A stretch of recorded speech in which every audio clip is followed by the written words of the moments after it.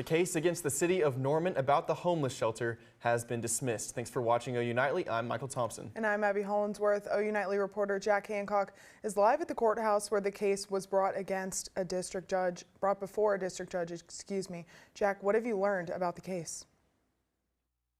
Yeah, Abby, well, today a district judge dismissed that case brought against the city challenging the legality of that election to create a permanent homeless shelter. Residents sued the city, saying that the section of the state constitution they used for this election was not the right one. Now, the Oklahoma State Constitution outlines a couple of ways that cities can vote to take on debt like they would for this project. One of those ways being a 60% threshold for projects that are related to general projects, or a simple majority vote for projects as long as they're related to a public utility. Which brings up the main question for this case: what is a public utility? Well, the plaintiffs argued that a homeless shelter does not meet the broad public use necessary to be considered a public utility. The city argued that prior Oklahoma Supreme Court cases give a pretty broad interpretation as to what a public utility is, meaning a lot of these projects could fit under this umbrella, including a homeless shelter. The judge ruled in favor of the city's motion to dismiss the case, saying the plaintiffs did not have the proper legal argument. The plaintiffs asked the judge for a 30-day stay and a motion to amend their arguments. The judge denied both of these requests. Now, it's important to note that these plaintiffs do have a 30-day period to appeal this ruling, which Mayor Stephen Tyler Holman tells me he expects them to do so. OU Nightly reporter Bryn Mead was with me here at the courthouse this morning, and she has the details on what this could mean for the homeless shelter. Jack, until that appeal is brought forward, this construction project will continue in the spot that I'm currently standing in. OU Nightly spoke to the mayor before and after the hearing to see from his eyes what this means for the city of Norman. The city is celebrating a tiny victory as the commencement of the Proposition 5 construction project will proceed. The dismissal in court today means that the permanent homeless shelter project on Reed Street will resume. Before the hearing, Mayor Stephen Tyler Holman reminded us that the shelter's purpose is not to reduce homelessness, but rather give those experiencing homelessness a chance at survival. You know, people are getting out of there. They're getting into housing, they're getting into health care, whatever it may be. So I think the new one will allow us to do a much more efficient, better job at helping people get out of there faster. But I don't know that it will reduce homelessness. He also says the shelter alone will not target the issue of homelessness. It's, to me, that's got to do with housing and healthcare related issues and employment and economics. Sean Lloyd, City Care Chief Programs Officer, also had similar things to say about the success of public services like the new shelter project. It's just been really inspiring to get to work with a city that's so willing to take care of their neighbors. After the case commenced, Mayor Holman says that the light at the end of the tunnel is getting closer. Just another glimmer of hope. I think a lot of folks were very pleased with the result of the election and it passing, and us are having the ability to finally take a positive step forward in this. The 30-day period of waiting for the dismissal to be appealed begins today, but until that happens, the mayor tells us that he will find any workaround to ensure that the shelter project continues. And now for the last time on OU Nightly, Bryn Mead. Thank you, Jack and Bryn. OU Student Government Association has submitted 2 days as student holidays for the fall semester. If the Board of Regents and President approve the days, the Friday before OU Texas and Election Day will both be days off. The Unscheduled Fall Holiday Act of 2026 was approved by the Graduate Student Senate and Undergraduate Student Congress. If the two holiday requests are denied, the Board of Regents and President Harris will choose the student holiday for next year. Well, Abby, I know it felt pretty great outside walking around here this morning, but it seems like it might not stay that way. Yeah, it was absolutely gorgeous, but we might be seeing some rain chances in the future. OU Nightly Chief Meteorologist Garrett Tarver is in studio with the forecast. Garrett, what's it looking like? Well, it is beautiful outside, especially compared to the past few days and this weekend. So if you're planning on enjoying that weather, you're going to want to go out today and tonight because that's going to change as we get into the next couple of days. Our current wind speeds sitting about 10-15 miles an hour, so pretty light. It's a fairly cool breeze coming out of the north as well. Those clouds pretty heavy this morning, but those are dropping on down to the south as we get into the afternoon and evening. And we're going to have some big changes on the way. We're going to talk about those cooler temperatures, increasing rain chances, and a weekend outlook. Back to y'all. Thank you, Garrett. A change to Norman drivers' routes near campus. Lindsay Street's westbound lane has been closed between Lahoma and Flood Avenue over the last 2 days. According to the City of Norman's website, the closure is for sewer line work related to a project at a house, and the city says questions can be sent to the Utilities Department, whose number is on your screen. The U.S. Secretary of Defense Pete Hegseth is being questioned today over ongoing war concerns. Madison Dealey has that and the rest of today's national and international headlines from the News Center. Yeah, Michael, U.S. Secretary of Defense Pete Hegseth is facing tough questions today on Capitol Hill as lawmakers press issues dealing with the Iran war and rising military costs. Members of Congress raised concerns about his recent removal of top military leaders and what that means for national security.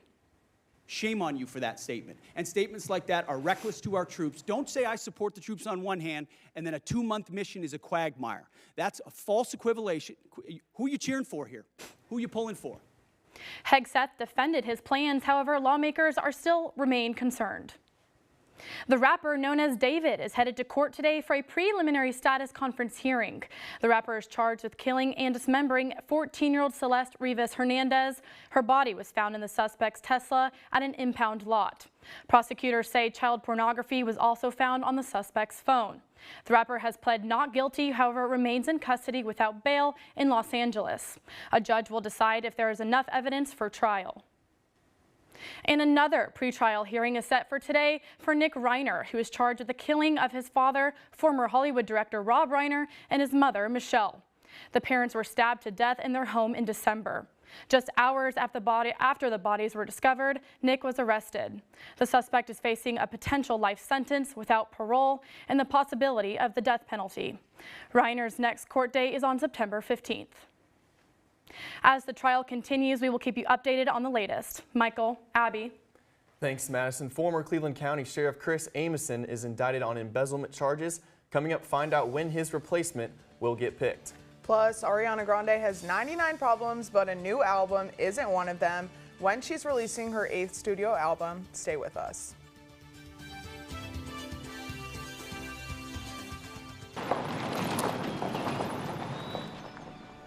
You need some help? Your tow chains are a little loose. Could spark a wildfire. I could show you how to secure them properly if you'd like. Sure. Thanks a lot. Anytime. You should check out SmokeyBear.com. They've got a bunch of tips on wildfire prevention. Only you can prevent wildfires. Be right there. Wait. Use the shovel and bucket of water, remember?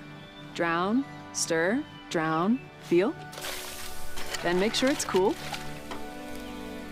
Where'd you learn that? SmokeyBear.com. Brushed up on some tips before we left. Don't want to start a wildfire, right? Only you can prevent wildfires.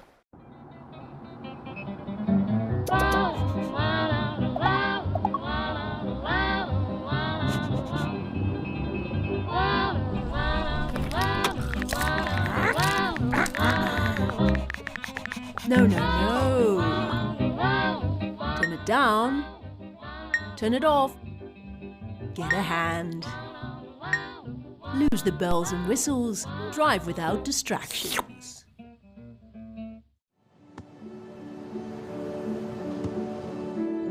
I don't remember how it started. Go to that. Our back and forth. It always came back. Dad! You probably don't remember what you told me, That was perfect. but I heard every word.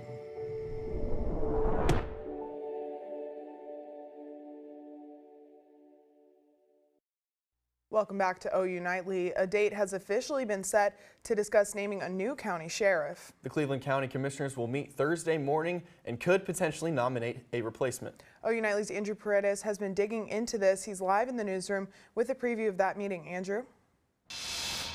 Abby and Michael, we've learned tonight that county commissioners could select a new sheriff as soon as Thursday. They will meet with this agenda top of mind, discussing who they want as county sheriff.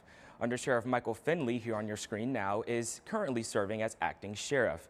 This comes after now former Sheriff Chris Amison resigned Monday as part of a plea deal after being indicted on 4 counts of embezzlement. County officials say the warning signs have been there for years.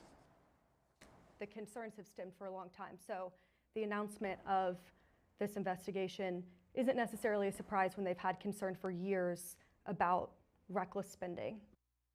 Now, the appointment process is not immediate. County officials tell us that the new sheriff, whoever it is, must go through an application process and then be approved by all 3 county commissioners. Once approved and appointed, the new sheriff will serve the remainder of former Sheriff Amison's term, which expires in 2028. Now, traditionally, the commissioners do not appoint the sheriff because it's an elected office. However, due to Amison's resignation, they will make the appointment for now. Cleveland County, voters will then head to the polls to vote for a new sheriff, that election also in 2028. The commissioners' meeting is set for Thursday at 11:15 at the county clerk's office. We will be following that meeting. And guys, for the last time, I'm going to send it back to you. Thank you, Andrew. This pop star has 7 rings, and soon she'll have an 8th album and a tour on the way. Gracie Steinbrink has that and more in today's Entertainment Beat. Abby, there are no tears left to cry for fans after pop star Ariana Grande announced her new album, Petal, just months before her Eternal Sunshine tour. Grande says the title represents growth, describing it as something full of life and pushing through challenges. She's going on tour starting in June for the first time in over 6 years. The album will release July 31st. The feud between President Donald Trump and late-night host Jimmy Kimmel keeps heating up. Kimmel first made a joke about the couple days before the shooting at the White House Correspondents' Dinner. Melania Trump called his comments hateful and violent, and Trump said Kimmel should be fired by ABC. Kimmel fired back at the First Lady, suggesting she have a conversation with the president about dialing back his violent rhetoric.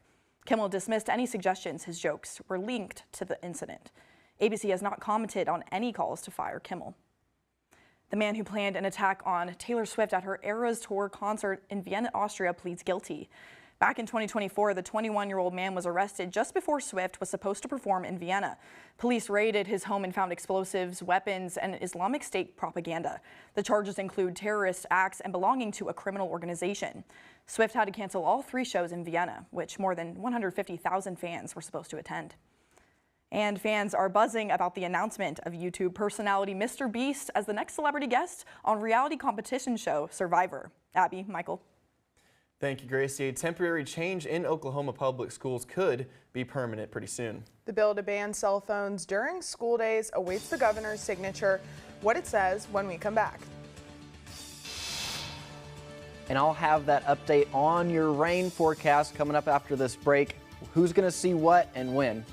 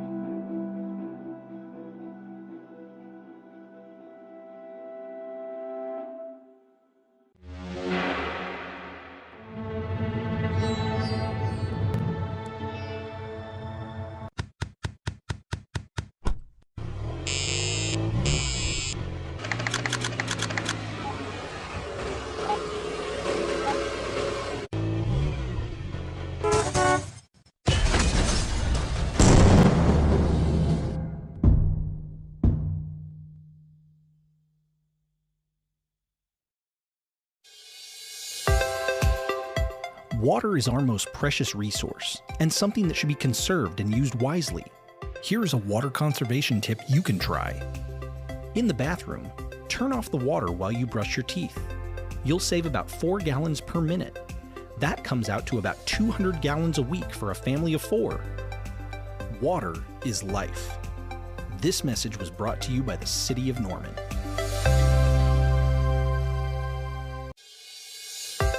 Water is our most precious resource, and something that should be conserved and used wisely. Here is a water conservation tip you can try. In the bathroom, if your shower can fill a 1-gallon bucket in less than 20 seconds, replace the shower head with a water-efficient one. they are cheap, easy to install, and can save you up to 750 gallons a month. Water is life. This message was brought to you by the City of Norman. Welcome back. We're looking outside. It is a great day, especially the past weekend. We had tons of storms out everywhere. So if you're going outside, you are an outside person, today is the day, because that's going to change as we get into the next couple of days. Those temperatures outside in the mid 60s right now. So nice and cool for us, and we're going to continue to see these cool temperatures as we get into the evening hours. So if you like to go out and run, do it tonight, because we have some rain on the way. 60s across the metro, mid to upper 60s, just slightly cooler than what we normally see around this time, and 60s across the whole entire state. It's pretty much the same thing thanks to that cold front that already moved on through. And those temperatures this evening, we're going to see those 60s drop into the 50s overnight, so a little bit cooler heading into tomorrow morning if you head out to class, or if you like to get up early and steady. I don't know how you would do that. I don't do it. But if you do, it's going to be cool. Then as we get into Thursday, you're going to want the rain jacket as well, because rain chances pick up Thursday into Friday. I lowered them a little bit from where we were at yesterday because that system is kind of dropping to the south. And then rain chances come back as we get into next Tuesday and Wednesday. So talking about those rain chances Thursday, Friday. Okay, we have the rain down south of the Red River as we get into this afternoon and evening. Mostly clear skies for us, but into Thursday, okay, around noon, we see some scattered showers across a good part of the state, and then into Thursday evening, we see most of those shift into the Texas Panhandle and then south along the Red River. This is what was different from a couple days ago. We were looking at the system right over us. Now it's shifted south, so we'll continue to see where this sets up. If it sets up further south, they will see the majority of the rain. If it lifts back up north, we might see some rain with that. Now, as far as rain totals go, not a whole lot at this point because of that shift south. Maybe 1/10 of an inch in the central part of the state, and then it's going to be mostly maybe 2-3 inches down towards the DFW metro. Temperatures going to be in the 60s, low 60s into Friday, and then we climb back up into the 70s and 80s through the end of the weekend. Temperatures across the entire region in that 60-degree range, so it's pretty cool out everywhere thanks to that very strong cold front. Lows tonight, like I said, going to be a little bit chillier in the 40s, upper 40s for us with that very, very light north wind, and then highs in the 60s again into tomorrow afternoon. That 7-day forecast for you is coming up after these allergies, which are grass, trees, mold, all high. So enjoy the outdoors, but grab tissue before you go out. Rain chances Thursday, Friday, and then we see 70s move in Saturday and Sunday with 80s to start the next week. Lots of wind for us, and then rain chances pick up again. We could do the rain, but not the storms, because I need to go out and run and not cover tornadoes. True. So we're either getting a lot of rain or not a lot of rain. Pretty much. True Oklahoma fashion, a lot or nothing. Yeah. Sounds about right. Well, the bill that would permanently ban cell phone use in Oklahoma schools is at the governor's desk, pending the governor's signature. The measure would implement a bell-to-bell no-cell policy that was first introduced as a pilot program in 2025. With many school districts giving positive feedback, the bill is also requiring districts to include emergency use exceptions, including accommodations for medical devices. And Oklahoma elementary schools will now require 40 minutes of recess time. Governor Kevin Stitt signed State Bill 1481 last Thursday, doubling the minimum recess time. The law also prevents schools from taking recess time away as a punishment. And when campaigning for the legislation, Senator Ali Seifert said, as we know, recess is very important for students, not just for physical health of students, but for mental health for students as well. And the law will go into effect next school year. Well, 3 men are facing murder charges following the 2016 disappearance of a man during a hiking trip in eastern Oklahoma. Court records showed that Tyler Leverett, Charles Shamblin, and Michael Snelling were charged Tuesday with first-degree murder and accessory after the fact. Their charges stem from when the trio went hiking with 24-year-old Michael Fagan in Sequoyah County near Lake Tenkiller in 2016. He did not return and was reported missing. Court records showed the three were arrested then, but were released in 2017 after the case was dismissed due to a lack of evidence. It isn't until 2024 when a hunter found a bone near where the 4 men were hiking, and investigators found more remains in January of this year. OSBI says DNA testing matched the remains as Fagan's. Warrants were issued yesterday, and the U.S. Marshals arrested 1 suspect so far. The case remains ongoing. Well, switching over to sports, the Thunder took care of business in round 1, but more is to come for the defending champs in the second round. That's right, Abby. We'll see if SGA and company can keep that momentum rolling. likely without their second star. And a new NCAA ruling sees a certain OU squad wishing it happened a little sooner. Next in sports.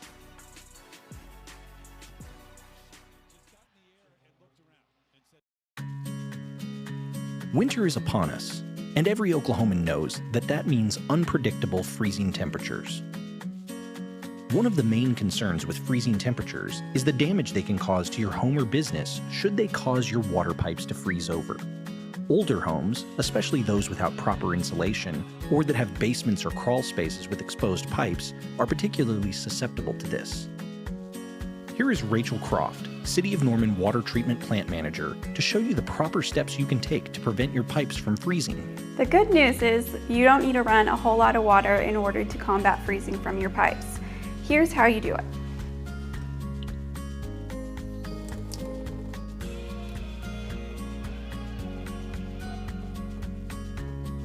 Another thing that you can do to help is to open your cabinet drawers to make sure that warm air throughout your home is getting to your faucet pipes.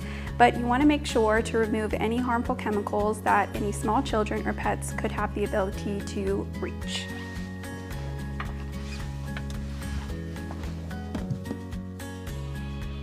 Following these steps can help save money on your water bill and help to conserve Norman's water supply.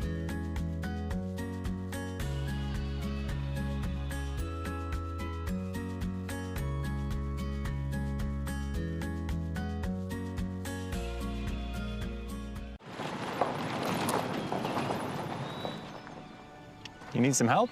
Your tow chains are a little loose. Could spark a wildfire.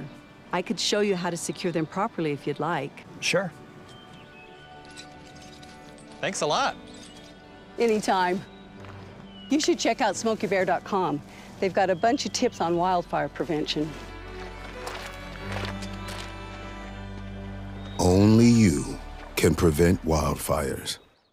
Williams, and it's time for sports. It's exciting times in the 405 as the defending champion OKC Thunder took care of the 8th-seeded Phoenix Suns in a sweep.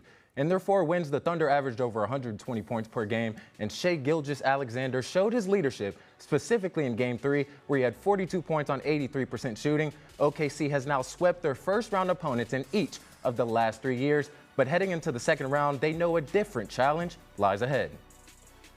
Every year's a new year, every series a new series, every game's a new game. And so we were just focused on Phoenix and this series. It'll either be the Lakers or Houston. So they each pose their challenges. Houston is like more defensive and Lakers are more offensive.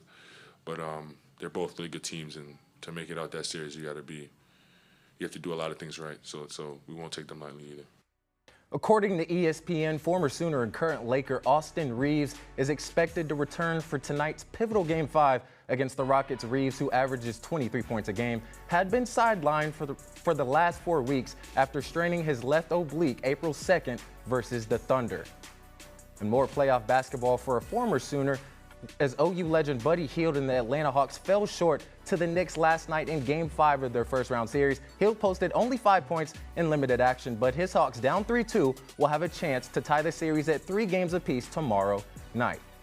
And according to ESPN's Pete Thamel, the NCAA is taking the final steps to expand the March Madness tournament to 76 teams. This ruling takes place after having the previous field at 68 teams. Postseason play has been hard to come by for OU men's squad, but Porter Moser, with this new ruling, would have made the NCAA tournament in 3 out of the last 5 years.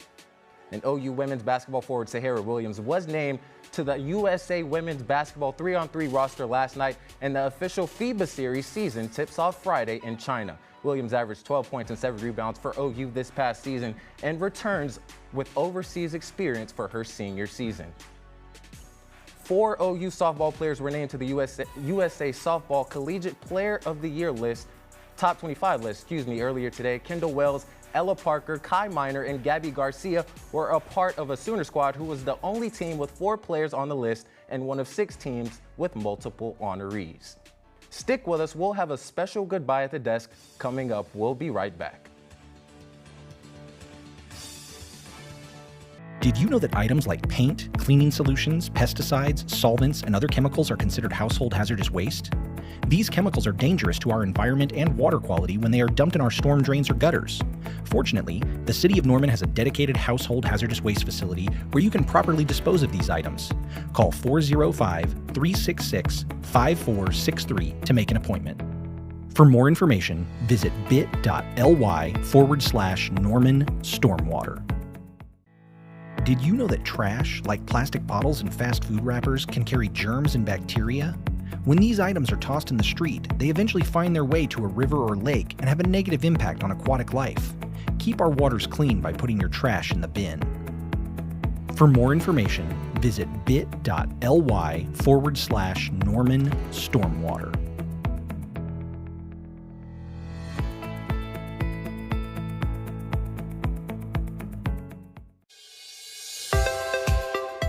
Water is our most precious resource and something that should be conserved and used wisely. Here is a water conservation tip you can try.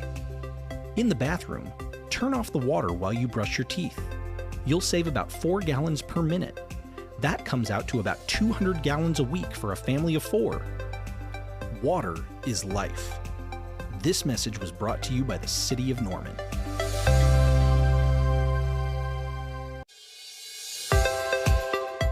Water is our most precious resource and something that should be conserved and used wisely. Here are some water conservation tips you can try. In the kitchen, collect the excess water you use to rinse produce and use it to water houseplants. Also, soak your pots and pans instead of letting the water run while you scrape them. Water is life.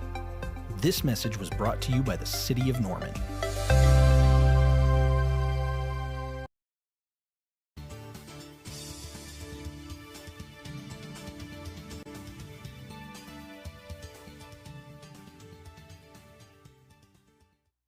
I'm Sky Clausen at the OU Nightly Update Desk.